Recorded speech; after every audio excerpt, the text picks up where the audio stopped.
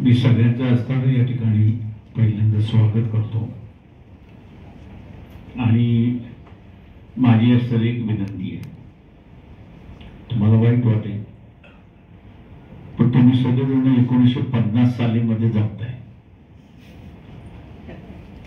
वाईट वाटेल तुम्हाला पण तुम्ही 1950 सालामध्ये जगताय. आता आपण असं 2024 मध्ये 25 मध्ये डिफरन्स किती आहे?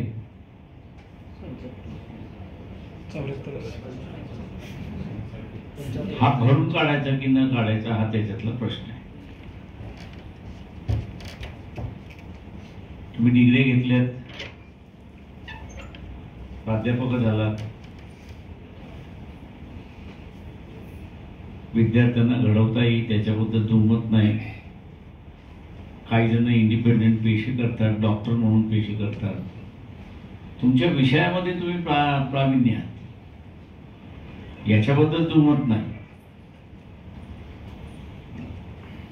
पण सोशली जर बघितलं तर सोशली प्रगती झालेली नाही अशी असणारी परिस्थिती आहे. आणि सोशल प्रगती जोपर्यंत होत नाही तोपर्यंत डिग्री ह्याला फार अर्थ आहे असं मी त्या ठिकाणी मानत नाही. कारण डिग्री म्हटली 18 वर्ष असतील, 22 वर्ष असतील, शिकवणारा एक विद्यार्थी, शिकवणारा एक प्राध्यापक वर्ग आहे. तो प्राध्यापक वर्ग तुमच्याकडून असणारा घोकपट्टी करून घेतो आणि त्याच्यामध्ये तो तुम्हाला असणारं प्रावीण्य करतो. पण त्याच्या बाहेर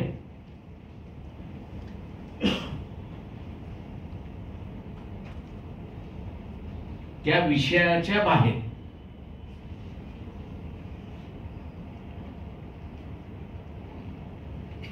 आपलं काय मत आहे का, ओपिनियन आहे का, जाणून घेण्याची जिज्ञासा आहे का, समजावून घेण्याची जिज्ञासा आहे का, तर मला तिथे असणारा अभाव दिसतो.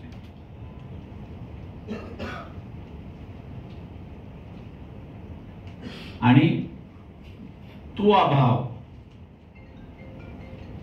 हा मोठ्या प्रमाणात जी ओपिनियन करण्याची असणारी क्षमता जी आहे ती ओपिनियन करण्याची क्षमता आपली नाही. आणि मग टीव्हीवरती आपण असं पाहिलं म्हणजे प्राईम टाइम चॅनल्स जे चालतात त्या प्राईम टाइम चॅनलवरती आत्ताच्या याच्यामध्ये मेडिकलचा विषय असेल, इंजिनिअरिंगचा विषय असेल तर तिथे एखादा प्रतिनिधी हा फुले शाहू आंबेडकरी विचाराचा आपल्याला दिसतो. तिथे तो दिसतो, त्या विषयाचा असेल तर आपल्याला तिथे दिसतो. पण त्याच्या बाहेर आपण असं जर बघितलं तर त्याच्या बाहेर आपल्याला कोणीच त्या चॅनलवरती दिसत नाही.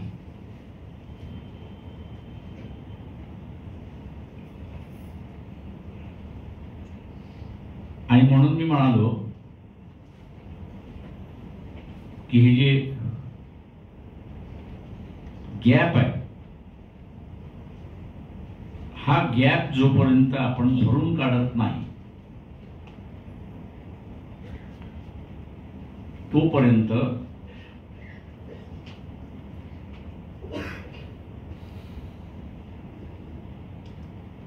आपण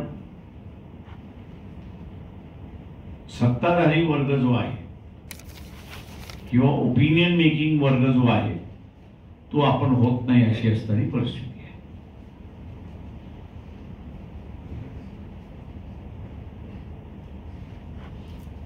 आणि म्हणून विचारांचं बॅकवर्डनेस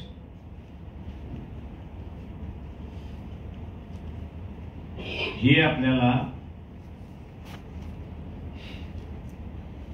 पुन्हा पाठीमागे घेऊन चाललंय अशी असणारी परिस्थिती.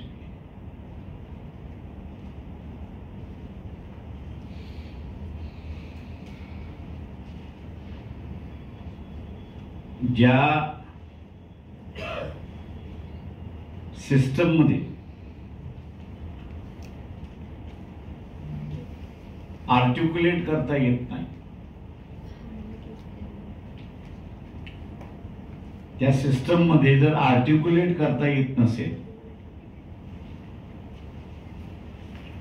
तर मी असं म्हणतो ते शिक्षणाचा फायदा काय?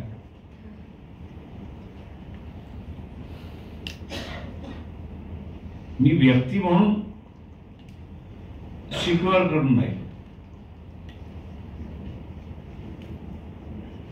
पण सामूहिक जर बघितलं तर मी असुरक्षिततेकडे चाललेलो आहे. आणि सामूहिकरित्याने असुरक्षिततेकडे का चाललेलो आहे तर मला माझेच प्रश्न आर्टिक्युलेट करता येत नाही.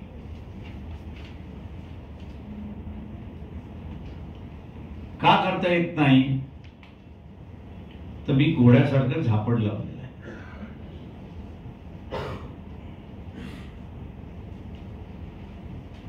एक झापड असं आहे की मी दुसरं काहीच बघायला तयार नाही. माझा व्यवसाय आणि माझ्या व्यवसायातून येणारी माझी कौटुंबिक जबाबदारी एवढ्या पुरतच असताना एक झापड लावली.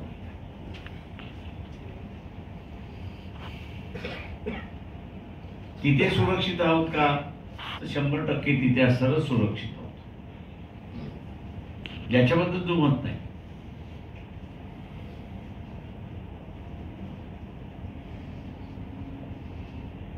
पण ही जी सुरक्षितता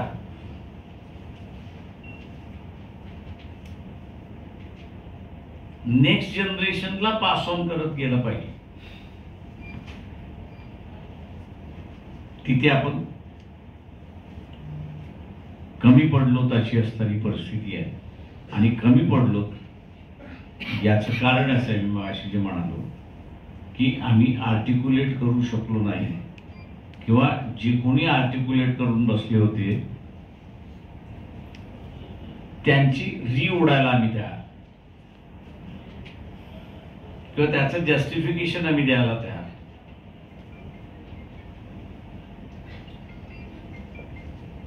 आणि मग उद्या